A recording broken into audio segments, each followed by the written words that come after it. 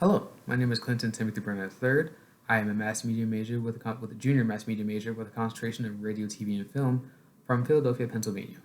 And the topic that I will be doing my outline on today is Greek mythology and the embodiment of myths originally told by ancient Greeks. One way I would bring my audience in to open up with the opening statement would be with a little story of mythology often told called Hercules, or the 12 labors of Hercules. I feel like this would be one of the best ways to try to open up with the audience because I feel as though obviously opening up with a story is one good way to bring the audience attention in, but also with the name Hercules, I feel has been thrown around media within the past, if not just my generation, the generation before me. It has definitely been thrown and or used in many ways in film, and so I feel like the name Hercules at least resonates with most audiences, and so that way they can at least be intrigued by how the story by how the name became so popular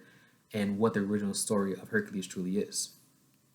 Then going into my 3 points, I would go into the three big gods themselves: Zeus, Poseidon, and Hades. With the first major point being the story of Zeus, just a story of how he became the ruler of Olympus and how it was him that had to be the last god standing versus the Titans, and or last god standing versus his father Kronos. And then with the second paragraph, I would go, the second main point, I would go into Poseidon and his choice of ruling over the seas and being separated from Olympus and or being separated from his brothers,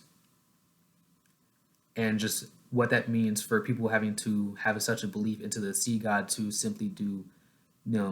fishing or simply do their work if they were a sailor or so, or how much prayers had to go into just making sure they had safe voyage across the seas. Then the third point would be going into Hades, and I feel like I would definitely enjoy going into a third paragraph on Hades because of the fact that he is the only god that was banished to a certain area and didn't really choose to be the ruler of the underworld. But that's what people really believe, is that he's the ruler of the underworld. He's like the devil. He's Christian's version of the devil type. But whereas whereas the other gods really chose where they get to rule, or chose what they where they get to rule or where they get to be. He was the only one that was banished and was forced to rule the underworld, and so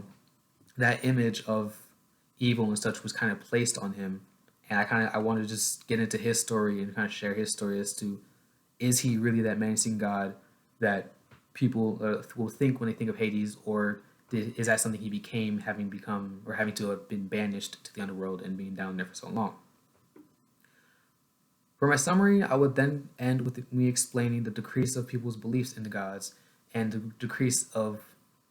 prayers going into the gods and what that means for the belief as a whole.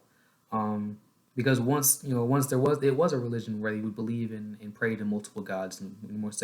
more than just one. But with Christianity being such a bigger religion now and taking over more, the belief of multiple gods is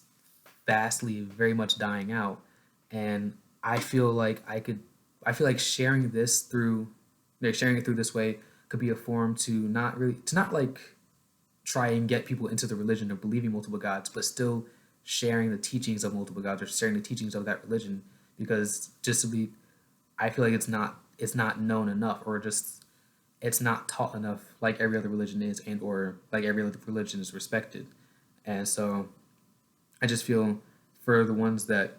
don't know, stories of multiple gods, and or that just didn't know that that was a whole religion in itself. I feel like this could be a form of teaching or a form of way to share just knowledge that some people might find interesting, some may not, depending on if they already have a religion and or so how they feel about theirs. But I just feel just to open up to more and newer religions and newer beliefs. This will be a way to do it, and this will be the way to share that would cause no harm, or just trying to get people to open up and or just learn new interesting facts in a way, and or hearing interesting stories in a way. But that's it really. My main goal is really just to try and spread